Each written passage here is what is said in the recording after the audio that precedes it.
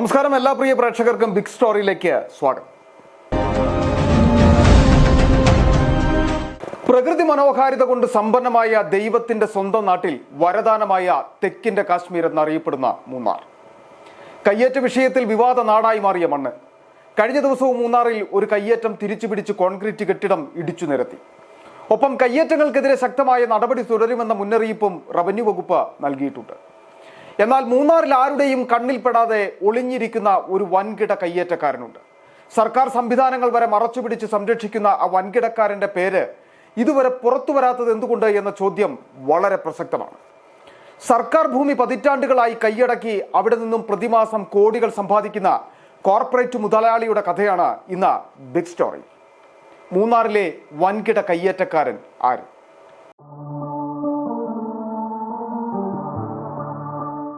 ലോക ടൂറിസം മാപ്പിൽ തിലകക്കുറിയായി നിൽക്കുന്ന തെക്കിന്റെ കാശ്മീർ. മൂന്നാറിലെ കയ്യേറ്റങ്ങൾക്കെതിരെ കർശന നടപടിയെന്ന റവന്യൂ വകുപ്പ്. മൂന്നാറിലെ തേയിലക്കാടുകൾക്കിടയിൽ ഒളിഞ്ഞിരിക്കുന്ന ആ വമ്പൻ കയ്യേറ്റക്കാരനാര്?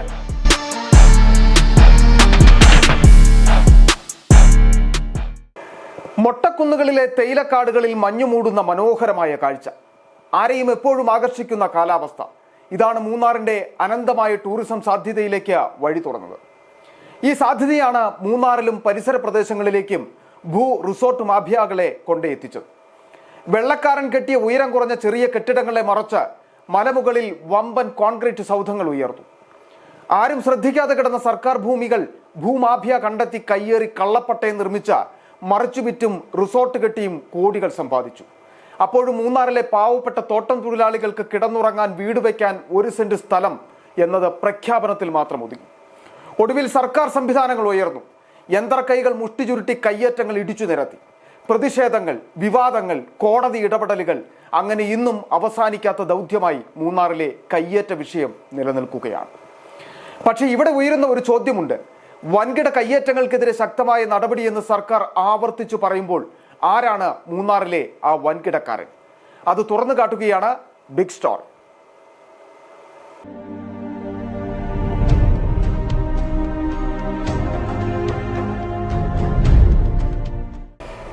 ഗതാഗതക്കുരുക്കിൽ വീർപ്പുമുട്ടുന്ന മൂന്നാർ. ഗതാഗതക്കുരുക്കിന് പരിഹാരം കാണാൻ സ്ഥലമില്ലെന്ന് വാദം. തോട്ടം തൊഴിലാളികൾക്ക് നൽകാനും മറ്റു വികസന പ്രവർത്തനങ്ങൾക്കും സ്ഥലമില്ലെന്നാണ് സർക്കാർ സംവിധാനങ്ങൾ തന്നെ വ്യക്തമാക്കുന്നത്.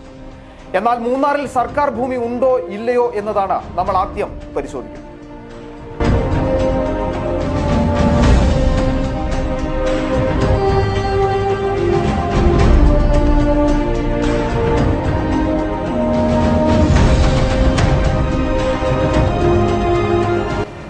തിരുവിതാംകൂർ മഹാരാജാവിന്റെ കാലഘട്ടത്തിൽ KDHP കമ്പനി പാട്ടത്തിനെടുത്ത് കൃഷി നടത്തിയിരുന്നത് 1,27,654.56 ഏക്കർ ഭൂമിയിലായിരുന്നു.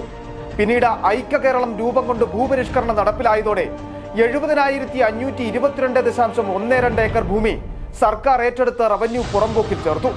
ബാക്കി ഭൂമിയിൽ 23,239.6 ഏക്കർ കമ്പനിയുടെ തേയില കൃഷി. വിറകിന് മരം വിൽക്കുന്നതിന് കമ്പനിയുടെ കയ്യിലുള്ളത് 16,898.91 ഏക്കർ. പുൽകൃഷിക്കായി 1,220.77 ഏക്കർ. ബിൽഡിങ്ങുകൾക്കും റോഡിനും മറ്റാവശ്യങ്ങൾക്കുമായി 2,617.69 ഏക്കർ. ഇങ്ങനെ ഓരോന്നിനും കൃത്യമായ കണക്ക് കൂട്ടിയാൽ കമ്പനിയുടെ കൈവശമുള്ളത് 57,192.65 ഏക്കർ ഭൂമി. ഇതിന്റെ കൃത്യമായ റവന്യൂ രേഖകളുമുണ്ട് എന്നത് ഏറെ പ്രസക്തം. ഇതുമാത്രമല്ല, മൂന്നാറിൽ ഓരോ പദ്ധതികൾക്കും മറ്റുമായി ഉപയോഗിച്ചിരിക്കുന്ന ഭൂമിയുടെ കണക്കും റവന്യൂ രേഖകളിൽ വ്യക്തമാണ്. ഡാമുകൾക്ക് വിട്ടു നൽകിയത്, സ്കൂളുകൾക്ക് നൽകിയത്, സ്ഥലമില്ലെന്ന് പറഞ്ഞ് ഇന്നും നടപ്പിലാക്കാത്ത മൂന്നാർ ടൗൺഷിപ്പിനായി മാറ്റിയിട്ടത് 500 ഏക്കർ. എന്തിനേറെ പറയുന്നു, ഇന്നും വിവാദമായി നിലനിൽക്കുന്ന പഴയ ആലുവ മൂന്നാർ റോഡിന് വേണ്ടിയും മൂന്നാറിൽ 16 ഏക്കറിലധികം ഭൂമി നൽകിയിട്ടുണ്ട്. എന്നുവെച്ചാൽ ദീർഘവീക്ഷണത്തിന്റെ അടിസ്ഥാനത്തിൽ മൂന്നാറിന്റെ സമഗ്രമായ വികസനത്തിന് വേണ്ടി ഭൂമി മൂന്നാറിലുണ്ട്. എന്നാൽ ഈ ഭൂമിയെല്ലാം ഇന്ന് ആരുടെ കയ്യിലെന്ന് ചോദിച്ചാൽ ഒറ്റ ഉത്തരമേ ഉള്ളൂ: കണ്ണൻ ദേവൻ കമ്പനിയുടെ കൈവശം. എന്നുവെച്ചാൽ സർക്കാർ ഏറ്റെടുത്ത് പുറമ്പോക്കിൽ ചേർത്ത 70,522.12 ഏക്കർ സ്ഥലവും 1 രൂപ പോലും സർക്കാർ ഖജനാവിലേക്ക് നൽകാതെ പ്രതിമാസം കോടികൾ കൊയ്തെടുക്കുന്ന വിളനിലമാക്കി മാറ്റിയിരിക്കുകയാണെന്ന് സാരം.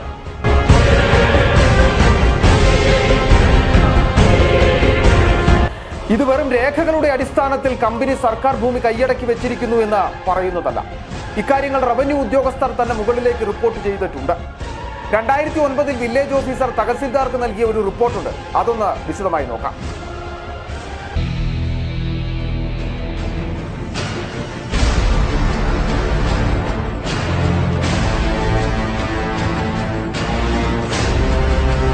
സർക്കാർ പുറമ്പോക്കിൽ ചേർത്ത ഭൂമി കമ്പനി കൈവശം വെച്ചിരിക്കുന്നു എന്നതിന് ഏറ്റവും വലിയ തെളിവാണ് റവന്യൂ ഉദ്യോഗസ്ഥൻ തന്നെ തയ്യാറാക്കി മുകളിലേക്ക് നൽകിയിരിക്കുന്ന ഈ റിപ്പോർട്ട്.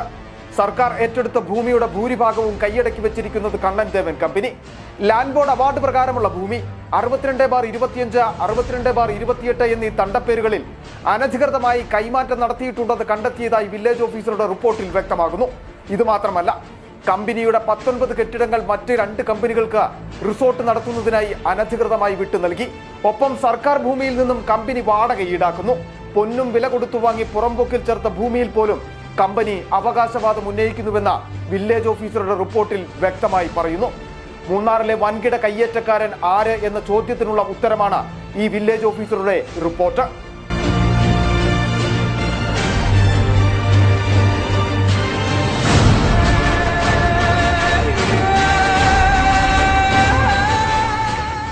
(2009) ഇത്തരമൊരു റിപ്പോർട്ട് നൽകിയിട്ട് എന്ത് നടപടി സ്വീകരിച്ചു എന്ന് ചോദിച്ചാൽ, കൈയടക്കി വെച്ചിരിക്കുന്ന ഭൂമിയിൽ നിന്നും ഇന്നും കമ്പനി കൊളുന്തെടുത്ത് കോടികൾ സമ്പാദിക്കുന്നുവെന്നേ പറയാൻ കഴിയും. ചെറുവിരൽ അനക്കാൻ സർക്കാർ സംവിധാനങ്ങൾക്ക് കഴിഞ്ഞിട്ടില്ല. മൂന്നാറിലെ 2 സെന്റിലിരിക്കുന്ന കടകൾ പോലും ഒഴിപ്പിച്ച് മുമ്പിൽ ബോർഡ് സ്ഥാപിക്കാൻ മടിയില്ലാത്ത റവന്യൂ ഉദ്യോഗസ്ഥർ കയ്യേറ്റങ്ങൾക്കെതിരെ കർശന നടപടി തുടരുമെന്ന് പറയുന്ന റവന്യൂ വകുപ്പ് ആയിരക്കണക്കിന് ഏക്കർ സർക്കാർ ഭൂമി സംരക്ഷിക്കാൻ എന്തുകൊണ്ട് നടപടി സ്വീകരിക്കുന്നില്ല എന്ന ചോദ്യമാണ് ഇവിടെ ഉയരുന്നത്.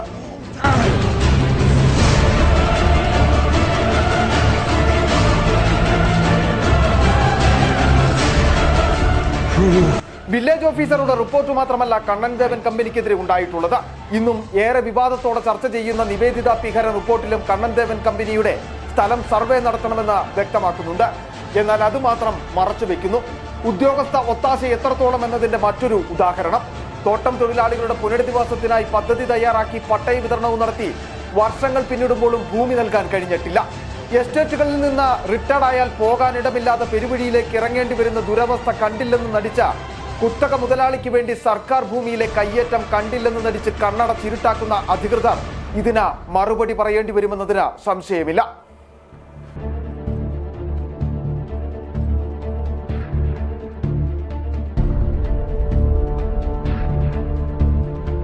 ഇത് മാത്രമല്ല, ഭൂമിയുടെ വിവരങ്ങൾ ചോദിച്ചൊരു വിവരാവകാശം നൽകിയാൽ തെറ്റായ മറുപടി നൽകി തെറ്റിദ്ധരിപ്പിക്കും റവന്യൂ ഉദ്യോഗസ്ഥർ. കാരണം ഒരു തരത്തിലും കുത്തക കമ്പനി കൈയടക്കി വെച്ചിരിക്കുന്ന സർക്കാർ ഭൂമിയുടെ വിവരങ്ങൾ പുറത്തു പോകരുതെന്ന് അവർക്ക് നിർബന്ധമുണ്ട്. കാരണം ഉണ്ട ചോറിന് നന്ദി കാണിക്കണം. 2021 ഡെപ്യൂട്ടി തഹസിൽദാർ നൽകിയ വിവരാവകാശ മറുപടി കൂടിയൊന്ന് പരിശോധിക്കാം.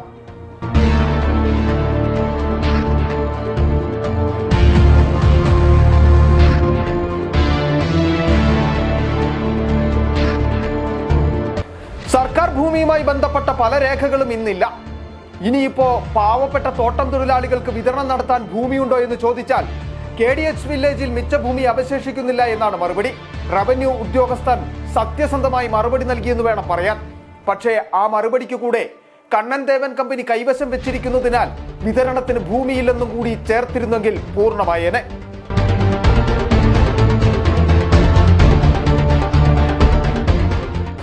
മൂന്നാറിലെ ഏറ്റവും വലിയ കയ്യേറ്റക്കാരൻ ആരെന്ന പ്രേക്ഷകർ ഇപ്പോൾ മനസ്സിലാക്കി കാണുമെന്നാണ് വിചാരിക്കുന്നത്. 1-2 ഏക്കറല്ല, 70,522 ഏക്കർ ഭൂമിയാണ് ഒരു പാട്ടക്കാശും നൽകാതെ ഒരു രേഖയുമില്ലാതെ കുത്തക കമ്പനി കൈവശം വെച്ചിരിക്കുന്നത്. ഈ ഭൂമി തിരിച്ചു പിടിക്കാതെ, ഇതിനെതിരെ നടപടി സ്വീകരിക്കാതെ എങ്ങനെയാണ് വൻകിട കയ്യേറ്റങ്ങൾക്കെതിരെയുള്ള നടപടികൾ ഇവിടെ പൂർണ്ണമാവുക? അധികൃതർ നടപടിയെടുക്കുമെന്ന പ്രതീക്ഷയോടെ ഇന്നത്തെ ബിഗ് സ്റ്റോറി നമ്മളിവിടെ പൂർണ്ണമാവുകയാണ്.